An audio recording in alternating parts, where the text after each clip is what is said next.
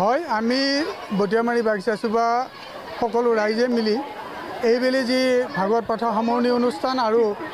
অহাকালি যিহেতু জুবিন গাৰ্গৰ জন্মদিন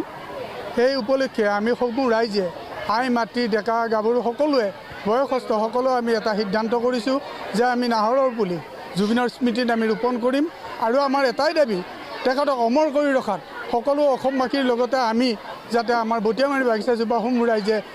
অকণমান হ'লেও আমি সহযোগ দিব পাৰোঁ তাৰ কাৰণে আমি এইখিনি প্ৰচেষ্টা আগবঢ়াইছোঁ আৰু দ্বিতীয় কথা আমি দাবী জনাইছোঁ যে আমাৰ অসমবাসীৰ যি হিয়াৰ আমঠু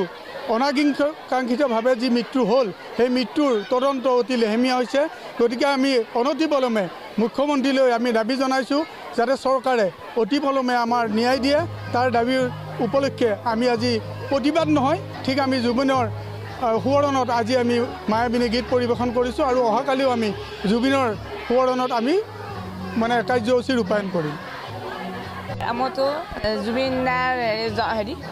জন্মদিন তাৰ বাবে আমাৰ ৰাইজে আনিছে নাহৰৰ পুলি ৰোপণ কৰিব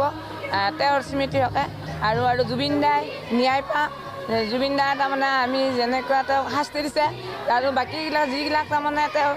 লগত আছিল তেওঁলোকৰ জুবিন তাতকৈ অধিক তাৰমানে পাক শাস্তি পাক ন্যায় পাক আৰু তেওঁলোকৰ কঠোৰ কঠোৰ শাস্তি আমি দাবী কৰিছোঁ জয় জুবিন দা